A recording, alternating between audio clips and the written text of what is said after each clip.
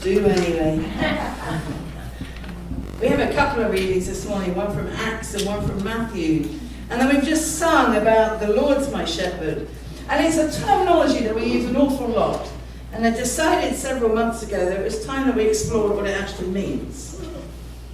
And we use it interchangeably between God and between Jesus because it's just a term that we say, oh yeah, God's my shepherd, the Lord's my shepherd, Jesus is my shepherd.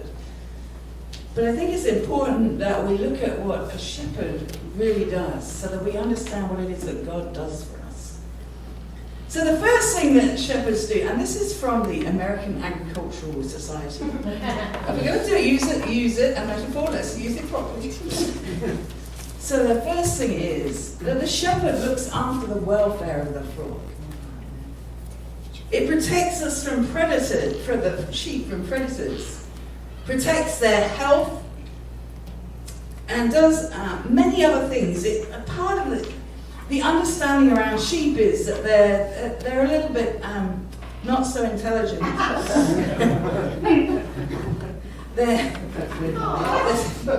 Yeah. The metaphor is that we're the sheep, so be careful what you laugh at. In case you haven't got that bit so far. But sheep are susceptible to diseases, and so they need monitoring, especially during lambing. But they also need monitoring through their whole lives. There are so many things that happen to sheep that need somebody to look after them because they can't think for themselves. Remember, the sheep are us. The sheep need shearing. Unlike any other animal, well, they need shearing too. But they don't shed their hair. So in the spring, if you have ever seen a matted dog that hasn't been shaved, or a sheep that hasn't been shaved, they are worn down, they get illness. They're so matted, it'll become so heavy they can't even walk. Remember, we're the sheep, and this is not about our hair. But some of us have our own interpretations about what a shepherd should do. Some of us put humans in the role of the ultimate spiritual shepherd. And I came across this interesting saying. I want to say it through twice, because I think it's really important that we hear this. The shepherd drives the wolf from the sheep, for which the sheep thank the shepherd for being the liberator. At the same time, the wolf denounces the shepherd for taking away liberty. The shepherd drives the wolf from the sheep, and the sheep are so grateful because the shepherd has been the liberator. At the same time, the wolf denounces the shepherd for taking away the liberty. And it's interesting because the shepherd, the sheep and the wolf have different understandings of what liberty is. You see, for the wolf, the liberty is to go get food, and the sheep is the food. For liberty, for the sheep, is they need saving from that. And we know that throughout the Bible, we've had 3 examples this morning of where God or Jesus are referred to as shepherd. And George W. Bush, just after the 9/11 attacks, referred to the 23rd Psalm. And he spoke about it being revolutionary because it spoke of David referring to God as his shepherd. Not the shepherd of the community, using that our language, but his shepherd. And this was a move in the Bible that was quite revolutionary because they always talked about God being this omnipotent presence that was for the whole community, and there was never this close relationship that was articulated. And so David did this in a psalm and said, the Lord is my shepherd. I can have that relationship with God.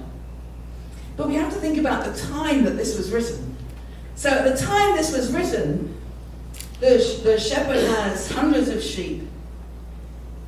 It doesn't matter whether they had a few or a lot, the job was the same. And the shepherd at the time knew every single one of those sheep and their needs. And it seems that that is what David was talking about when he spoke of God, that he realized that God knew him personally, just like the shepherd knew every one of the sheep. Now there's the flock welfare, there's protecting the sheep from predators, there's protecting the health, and there's another one of shearing the sheep. So I thought we'd use those 4 areas this morning to look at how the shepherd looks after the sheep. And I encourage you during this time, rather than me to keep reminding you, that we are talking about a shepherd and the sheep, God and us as human beings. So the flock welfare, the shepherd guided the sheep to green pastures where they could eat. And I didn't realize this, and I've been around sheep a fair bit, but actually they have to guide the sheep to water, because the sheep cannot drink from running water because it frightens them and they fall over, and once they fall over on their back they can't get up again. They have no capacity to be able to get up. And so the shepherd draws the water for the sheep, just as God does this for us. Whether it's in a booming voice or through other people or through a still small voice, we get that water. A shepherd recognizes that the sheep are unable to work things out for themselves, and so gives them guidance. And as humans, if we're left to our own devices, we can get ourselves in a mess sometimes. And so God sets guidelines for us. Those guidelines are to help us. But sometimes we ignore them. Sometimes the sheep ignore them and run away. And that's where we get to the protect from predators. Because when the sheep leave where the shepherd is, they're at risk. They're at risk of being attacked. Coyotes, wolves, whatever. Household dogs are apparently more dangerous to sheep in America than any other predator. Yeah. If you've seen Bobby around sheep, you'd understand that. Jesus tells us in that parable that we heard this morning, when one is lost, God will seek us out. But I would like to suggest that us, like the sheep, can be led to water. Oh, but do we drink it? It's like leading the horse to walk, but you cannot make it drink. Because sometimes God leads us to things and we're like, we know better. We know a lot better than God. God can guide us through visions, through words, through other people, through little prompters, and yet we decide that we can do better. And I don't know how many of you have seen this bumper sticker. There's only one God, so stop applying for God's position. Oh yeah. And some of us will sit here going, oh, that's not me, I don't apply for God's position. I would encourage us to look at how often we try to take God's position. Amen. Instead of being shepherded by God. We are not God, and we shouldn't try to be God. And we shouldn't set other people up to be God, because they can't be God either. There are times when we open ourselves up to things that are so bad because we've made such bad decisions that we can't see our way out. We need a shepherd. The sheep, us, encounter a lot of problems.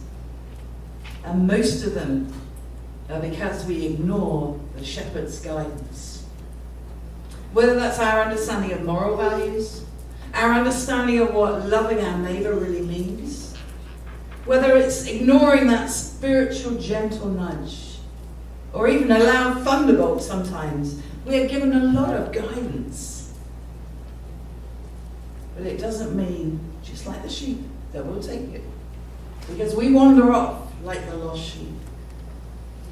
When we listen to that first reading, David, sorry, not the first reading, the psalm, when we talk about the Lord my shepherd, Psalm 23, David did not lead his sheep to do something else that was more interesting.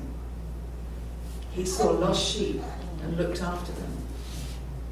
God does that all the time for us. And interestingly, David could have got a hired hand to look after the sheep. God could get hired hands to look after the sheep, like pastors maybe. Hired hands get distracted.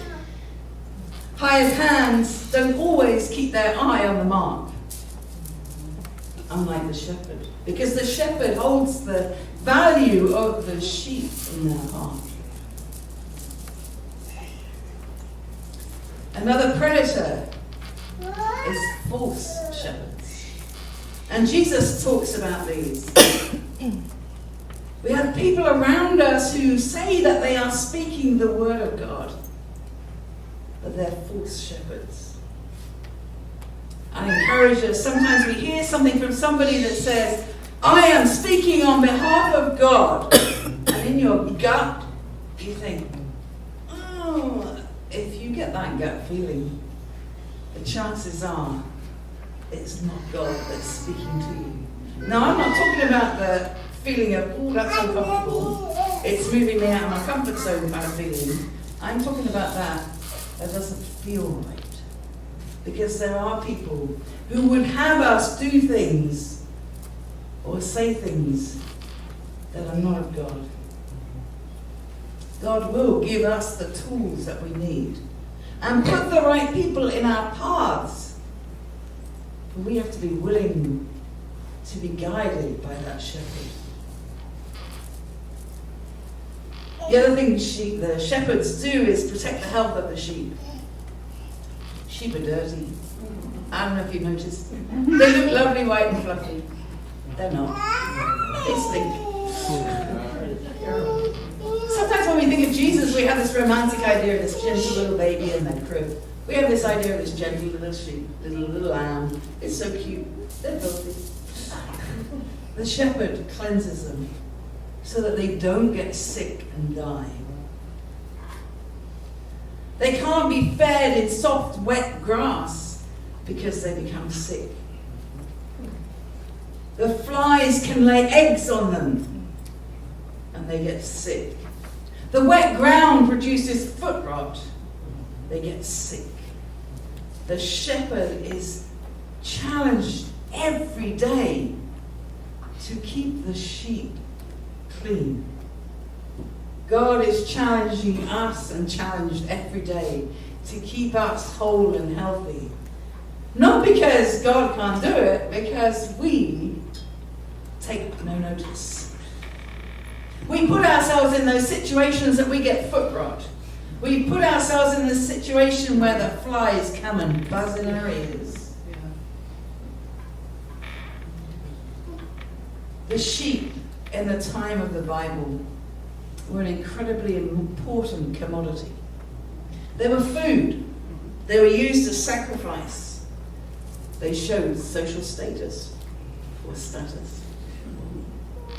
People came to eat round the table with the sheep as the feast. The skin was used as the wineskins or coverings or parchments, and the bones were used as implements. Sheep were really important commodities. We are an important commodity in this world. However, sometimes we see our importance as overinflated.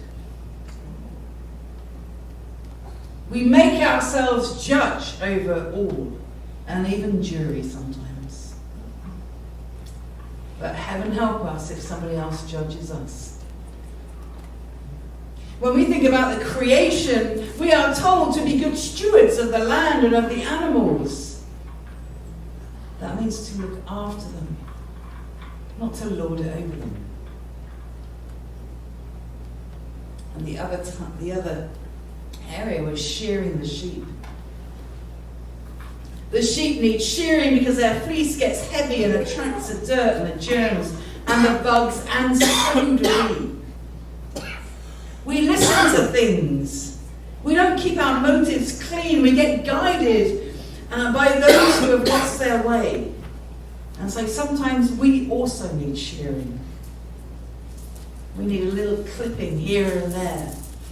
Sometimes we need a full shear. I don't know about you, but when my hair goes 3-4 weeks, Blake usually reminds me that I need my haircut. And I go and see Latonia. But if I leave it longer than that, I send Latonia a message and say, I am the long-haired lover now, because my hair is not so long. It's usually about 2 inches longer than it is now. But I know when I have my hair cut how much better I feel. For some reason, 2 inches of hair feels like an oppressive thing on my head.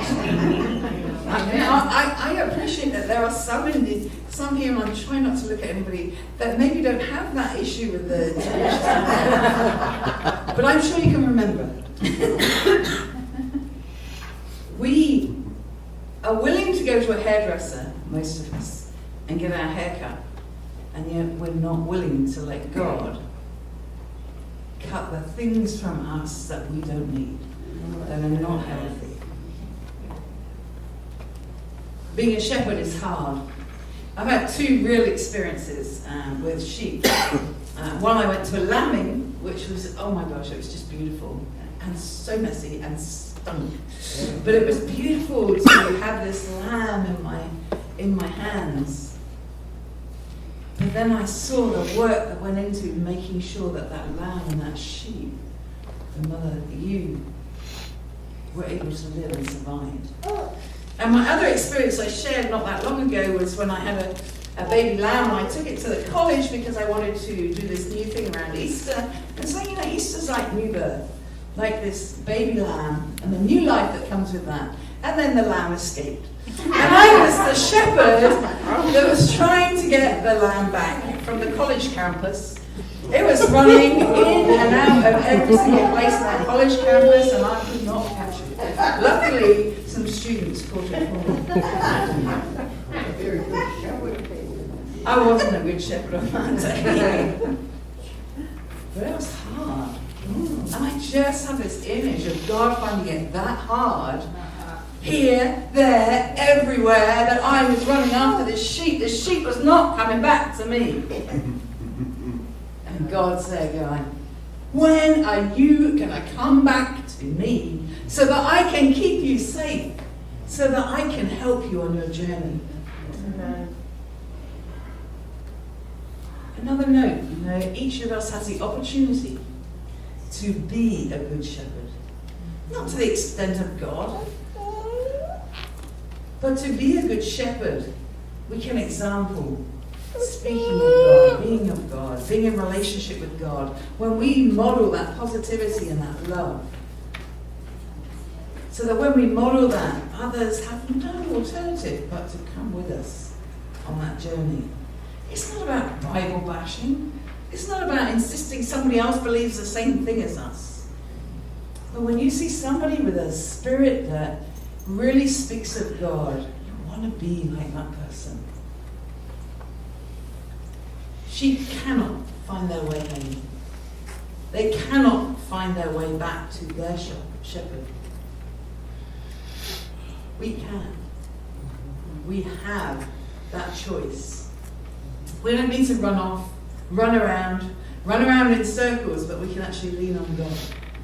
So when it seems like it's so hard, we're not being appreciated, we're not being cared for, things are not going our way, if we lean on God, all will become well. We're going to sing another version of the Lord's shepherd, the Lord's my shepherd, at communion. And when we sing that, I encourage us, it's one of the Psalms that we talk about quite often. I encourage us to truly look at what our God is doing for us as shepherd, and whether we really are allowing God to shepherd us.